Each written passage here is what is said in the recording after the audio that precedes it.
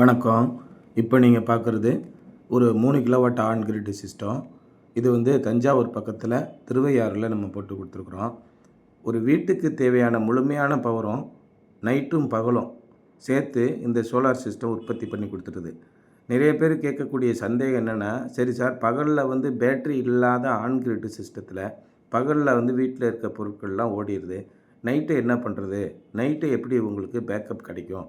நீங்கள் தான் on grid சிஸ்டத்தில் பேட்டரி பேக்கப்பே கொடுக்கறது இல்லையே, அப்புறம் எப்படி நைட்டு ஒர்க் ஆகும் அப்படின்னு தான் சொல்கிறாங்க.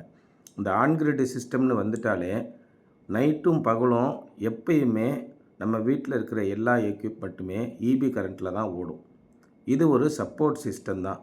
இபி கரண்ட்டில் ஓடிக்கிட்டு இருக்கும்போது எவ்வளோ யூனிட் கரண்ட்டு ஆகுதோ அவ்வளோ யூனிட் கரண்ட்டையும் சோலார்லேயே உற்பத்தி பண்ணி நேர் செய்கிறது மட்டும்தான் ஆன் கிரிட் சிஸ்டத்தோட வேலை.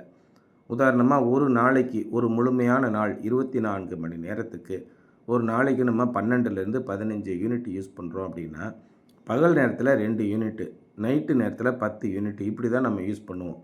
அப்போ இந்த சோலார் சிஸ்டம் என்ன பண்ணுன்னு கேட்டிங்கன்னா, காலையில் 8 மணிலேருந்து சாயங்காலம் 4 மணிக்குள்ளே இந்த 12லேருந்து 15 யூனிட்டை உற்பத்தி பண்ணி முடிச்சிடும். நேராக நீங்கள் பகலில் யூஸ் பண்ணக்கூடிய 2 யூனிட்டை உங்களுக்கு கொடுத்துருக்கோம். பேலன்ஸ் இருக்கக்கூடிய 10 யூனிட்டை அந்த பை டைரெக்ஷனல் மீட்டர் வழியாக இபிக்கே ரிட்டன் அனுப்பி விட்ருக்கோம். இதுதான் இதோட வேலை. அப்போ இபியில் ரிட்டன் போகும்போது அது எப்படி மெஷர் பண்ணுறது? அதுக்கு தான் அவங்க நம்ம வீட்டில் இருக்கிற யூனி டைரெக்ஷனல் டிஜிட்டல் எனர்ஜி மீட்டரை கழட்டிட்டு அதுக்கு பதிலாக ஒன்று அதை ஃபார்மேட் பண்ணி திரும்ப ப்ரோக்ராமிங் பண்ணி நம்ம வீட்டில் கொண்டு வந்து வைப்பாங்க. அப்படி இல்லையா, வேறு புதுசாக ஒரு டிஜிட்டல் பை டைரெக்ஷனல் மீட்டரை நம்ம வீட்டில் கொண்டு வந்து ஃபிட் பண்ணிடுவாங்க. அதில் இம்போர்ட்டு எக்ஸ்போர்ட்டுன்னு இருக்கும். இப்போ பகலில் 2 யூனிட்டை நமக்கு நேரடியாக கொடுத்துட்டு 10 யூனிட்டை எக்ஸ்போர்ட் பண்ணியிருக்குன்னா அந்த மீட்டரில் எக்ஸ்போர்ட்டு அப்படின்னு போட்டு 10 யூனிட்டுன்னு இருக்கும். இதே மாதிரி 60 நாளைக்கு 10 யூனிட்டாக அது எக்ஸ்போர்ட் பண்ணும்போது 600 யூனிட்டு எக்ஸ்போர்ட்டில் இருக்கும். அப்போ பகலில் நீங்கள் யூஸ் பண்ணது போக எக்ஸ்போர்ட் ஆன 600 யூனிட்டு, இம்போர்ட்டு யூனிட்டு நம்ம இபியிலேருந்து நைட்டு வாங்கியிருக்கோம். எவ்வளோ வந்திருக்குன்னு கேட்டிங்கன்னா, ஒரு 700 யூனிட் வந்திருக்குன்னு வச்சுக்கிறோங்க. அப்போது இம்போர்ட்டு 700, எக்ஸ்போர்ட்டு 600, பேலன்ஸ் எவ்வளோன்னா 100 யூனிட்டு. இந்த 100 யூனிட் வந்தவுடனே ஆட்டோமேட்டிக்காக டிஎன்இபியில் நமக்கு இப்போ இருக்கிற ஆஃபருக்கு போய்டும். அப்போ அந்த 100 யூனிட்டு ஃப்ரீ. அப்போ பார்த்திங்கன்னா எலக்ட்ரிசிட்டி பில்லே கம்ப்ளீட்டாக இருக்காது. Electricity bill 0. அப்போது நெட்வொர்க் சார்ஜ் மட்டும் நீங்கள் 1 கிலோவாட்டுக்கு அப்ராக்சிமேட்டாக 100 ரூபா வரும். 3 கிலோவாட்டு போட்டிருக்கீங்க அப்படின்னா 300 மட்டும் கட்டுங்க. இப்படி தான் வரும். இப்போ லேட்டஸ்ட்டாக பேட்டரி டெக்னாலஜியில் நிறைய வந்துக்கிட்டே இருக்குது. இன்றைக்கி இருக்கிற நம்ம கமர்ஷியலாக கடையில் வாங்கக்கூடிய பெஸ்ட்டு பேட்ரி என்னன்னு கேட்டிங்கன்னா, லித்தியம் ஃபெரஸ் பாஸ்பேட் பேட்ரி அப்படிங்கிறதான் இப்போ கிடைக்கிது. இதுக்கு அடுத்து வரப்போகிறது ரொம்ப புரட்சிகரமாக வரக்கூடிய பேட்ரி என்னன்னு கேட்டிங்கன்னா, அலுமினியம் ஆக்சைடு பேட்ரி அப்படின்னு வருது. இப்போ இந்த லித்தியம் ஃபெரஸ் பாஸ்பேட் பேட்டரியே C1 டைப்பில் வருது. C1 டைப்புனா 1 மணி நேரத்திலேயே ஃபுல்லாக பேட்ரி 100% ஆகிடும்.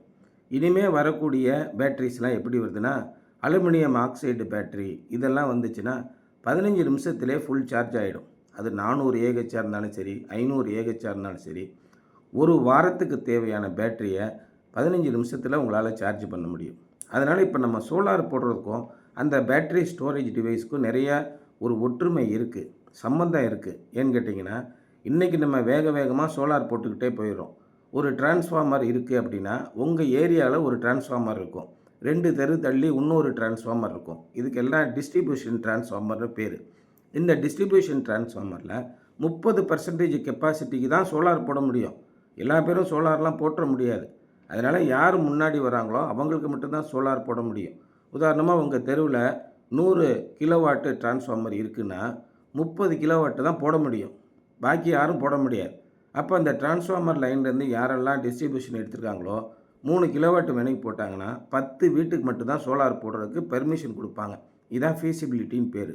இனிமேல் வரக்கூடிய காலங்களில் சோலார் போடணும் அப்படின்னு முடிவு பண்ணால் நீங்கள் லித்தியம் ஃபெரஸ் பாஸ்பேட் 100% போட்டு சோலார் போட்டுக்கணும். அப்படி இல்லையா, இனிமேல் வரக்கூடிய அலுமினியம் ஆக்சைடு பேட்ரி இது மாதிரி பேட்ரி ஸ்டோரேஜ் டிவைஸ் போட்டு தான் நீங்கள் சோலார் போட முடியும். இப்போ நம்ம சோலார் போட்டவங்களும் ஃப்யூச்சரில் நீங்கள் இந்த மாதிரி பேட்ரி ஸ்டோரேஜ் டிவைஸில் பண்ணிட்டீங்கன்னா 10 நாள் நமக்கு ஸ்டோரேஜாக இருக்கிறது 30 நாளுக்கு நமக்கு லைட்டு, ஃபேனு, தண்ணி மோட்டாருன்னு எல்லாம் ஓடக்கூடிய அளவுக்கு கூட வந்துரும். அந்த மாரி பேட்டரி டெக்னாலஜி வளர்ந்துக்கிட்டு இருக்கு. இப்பயே மத்திய அரசாங்கம் பேட்டரி ஸ்டோரேஜ் டிவைஸை ப்ரொமோட் பண்ணுங்க, மக்களுக்கு எடுத்து சொல்லுங்க அப்படின்னு சொல்லிக்கிட்டு இருக்காங்க. அதனால நீங்க வந்து இப்ப ஆன் கிரிட் சிஸ்டம் போடுறவங்க விரைவா போட்டுக்கிட்டீங்கன்னா, பேட்டரி இல்லாம போடணும். இனிமே வரக்கூடியவங்க பேட்டரியோட போடக்கூடிய நிலைமை வரலாம்.